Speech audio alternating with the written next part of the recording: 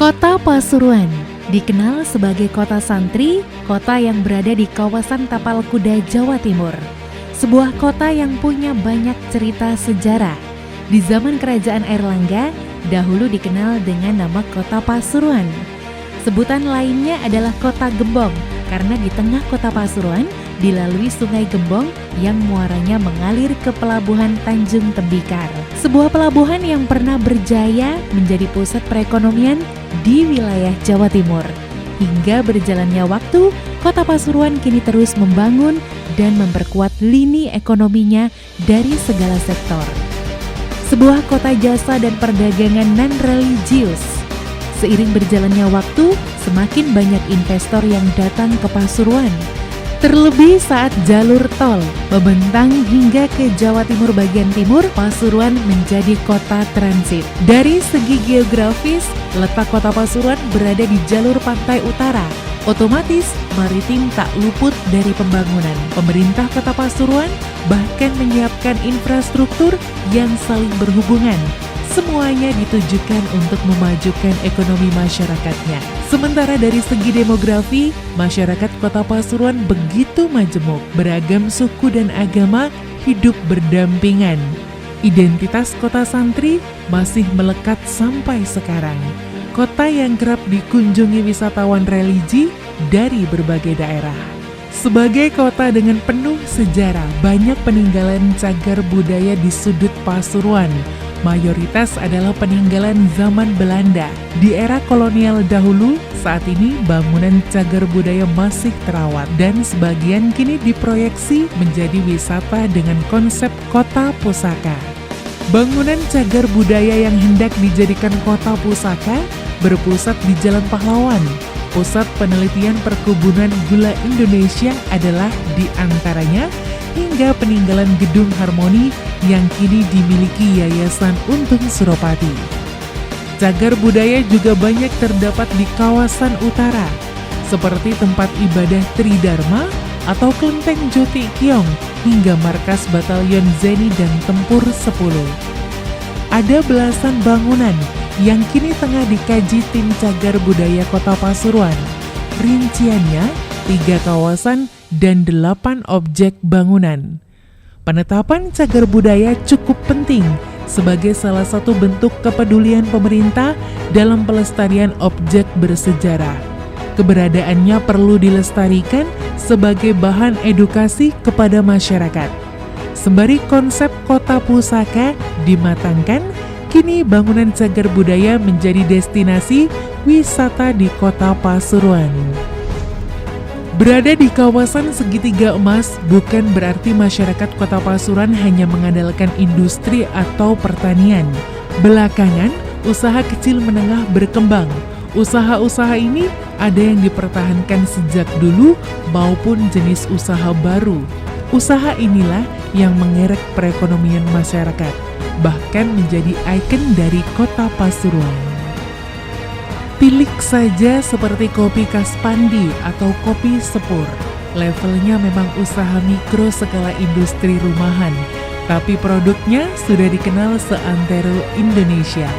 Kopi Sepur adalah kopi khas yang kerap dinikmati masyarakat maupun dijadikan buah tangan ketika berkunjung Kota Pasuruan. Kopi ini sudah ada sejak tahun 50-an. Produknya bisa didapatkan di Kelurahan Bangilan. Jenis usaha lain yang menjadi ciri khas adalah kerajinan logam. Pusatnya banyak terdapat di wilayah utara kota. Perajin logam diperkirakan sudah ada sejak penjajahan Jepang. Saat ini perajin logam sudah lebih modern, meski ada yang masih menggunakan cara tradisional. Untuk pengecoran logam, perajin logam kerap mendapat pesanan dari luar Pasuruan. Walau digarap dengan cara tradisional, kualitas produk buatan perajin boleh diadu karena tak sedikit order yang diperoleh, juga dipesan oleh perusahaan. Ada pula kerajinan tembikar yang banyak ditemui di wilayah Gading Rejo. Tembikar inilah yang pernah menjadi bagian dari sejarah Kota Pasuruan dan pelabuhannya. Para perajin ini kebanyakan tinggal di tepi aliran Sungai Welang. Sampai saat ini, para perajin mengandalkan tanah liat atau lempung dari Sungai Welang untuk bahan baku dari tanah liat yang dibentuk menjadi cobek, kendi, gentong yang kemudian dibakar. Usaha mebeler juga ikut menyumbang ekonomi kota Pasuruan. Mebeler Bukir bermula dari tukang-tukang kayu berada di kawasan Kelurahan Bukir, Kelurahan Randusari, Kelurahan Petaunan. Dahulu, para perajin ini menjadikan sentra dagang di sekitaran kawasan Jalan Jawa dan Pasar Poncol Lama. Lambat laun, pengrajin mebel kemudian membuka toko mebel di lokasi tak jauh dari Los. Produk mebeler juga sering diburu di sentra mebel kota Pasuruan. Pembeli bisa memilih aneka barang kebutuhan rumah tangga. Bahkan, barang-barang lain yang terbuat dari kayu seperti mimbar masjid, figura, ornamen, kaligrafi bisa dipesan. Usaha mebeler tidak hanya skala industri rumahan. Belakangan, banyak pengrajin yang terampil membuat jenis usaha skala besar. Usaha yang juga menjadi buat tangan lainnya adalah kerajinan sepatu kulit di Jalan R.A. Kartini, Kelurahan Bangilan. Tempat usaha ini bisa dijangkau dengan mudah. Selain sepatu, ada juga produk lain seperti sandal, tas, dan dompet yang bisa dipesan sesuai ukuran yang diinginkan. Soal harga, pastinya ramah di kantong, karena proses pembuatan sepatu kulit masih menggunakan cara tradisional. Sepatu kulit ini kerap jadi langganan pejabat maupun orang penting. Singgah di kota Pasuruan rasanya tak lengkap jika tak menikmati sajian kuliner ciri khasnya, termasuk usaha kecil menengah yang sudah menjadi ikon. Aneka kuliner akan membuat rindu Anda untuk datang kembali. Produk kuliner ini bahkan menjadi menu wajib saat berkunjung ke kota Pasuruan. Minimal bisa menjadi buah tangan untuk dibawa ke gerabak. Produk-produk ini diantaranya Roti Matahari, sebuah produk roti yang terbilang legendaris. Roti yang dikemasannya memiliki logo matahari ini acap kali menjadi oleh-oleh wajib bagi wisatawan yang datang ke kota Pasuruan. Roti ini punya varian yang bisa dipilih, di antaranya roti sisir rumbuter, roti sisir kering, kemudian ada juga roti bundar rumbuter, roti bundar kering, ada juga roti kasur. Bipang merupakan makanan tradisional yang berbahan baku beras. Rasanya renyah, manis, dan wangi.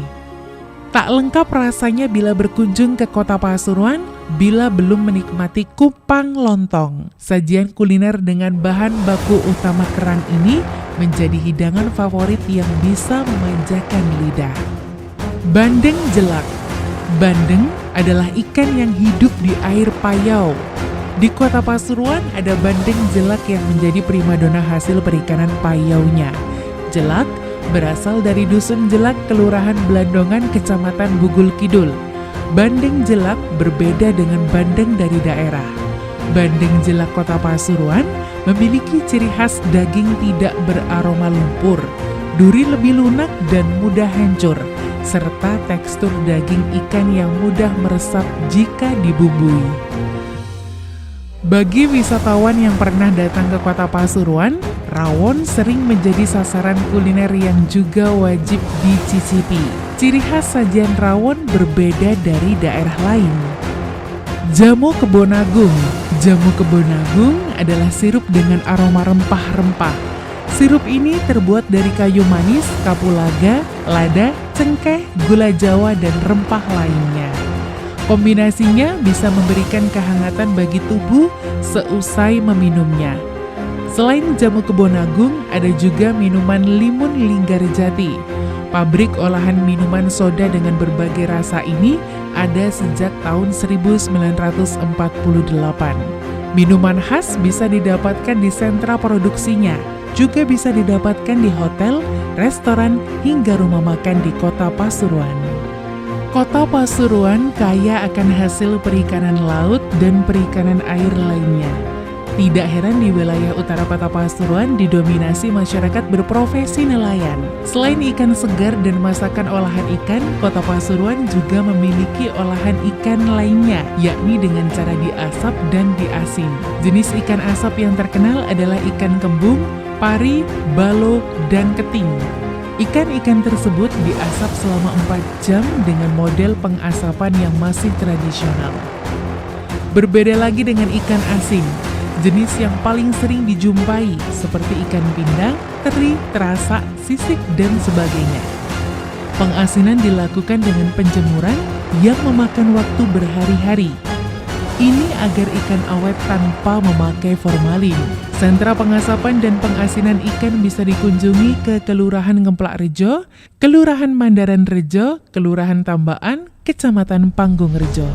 Walau hanya memiliki 4 kecamatan, Kota Pasuruan memiliki destinasi wisata yang menarik untuk dikunjungi, baik itu wisata alam atau buatan. Agenda rutin tahunan juga terdapat di Kota Pasuruan dan menarik untuk dikunjungi. Wisata di Kota Pasuruan juga terbilang murah, bahkan kini bisa dinikmati kapanpun. Misalnya, wisata hutan mangrove Tambaan yang asik dikunjungi ketika hari senja. Begitu juga dengan ruang terbuka hijau atau pedestrian di tengah kota. Belakangan, ruang terbuka hijau menjadi favorit masyarakat. Ada belasan taman yang tersebar di sejumlah kelurahan. Hanya cukup merogoh uang untuk parkir, taman-taman ini menjadi sarana refreshing. Wisata buatan lainnya adalah Kampung Bunga Pucangan, sebuah kampung di Kelurahan Purworejo yang kini disulap bak taman dengan memanfaatkan perkampungan rumah warga. Menariknya, kita bisa membeli tanaman-tanaman yang lagi ngetren.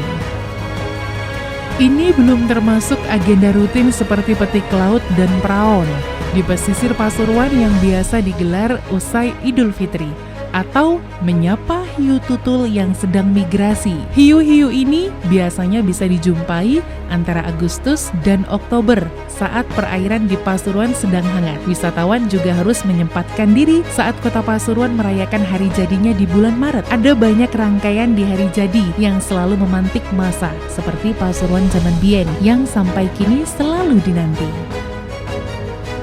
Kini Kota Pasuruan terus memajukan sektor ekonominya. Seiring infrastruktur yang kian gencar dibangun, kota ini juga fokus mengembangkan sumber daya manusianya. Pemerintah Kota Pasuruan juga mempertahankan tradisi dan budaya masyarakatnya. Infrastruktur yang tengah dimatangkan dan menjadi pamungkas adalah jalur lingkar utara. Di kawasan yang erat dengan pesisir ini, jalur lingkar utara diharapkan meningkatkan aktivitas perekonomian. Bisa beriringan dengan jalan tol yang kini sudah tersambung sehingga mengundang investor. Begitu juga dengan budaya. Pemerintah Kota Pasuruan terus mempertahankan image kota santri, kota yang punya historis kuat, kota yang menarik bagi calon investor untuk mengembangkan usahanya, sebuah kota yang menginspirasi. Pemerintah kota merangkainya dalam buku Bunga Rampai Tanjung Tembikar, sebuah buku yang bisa menjadi petunjuk atau guide bagi siapapun yang mau berkunjung ke Inspiring City ini.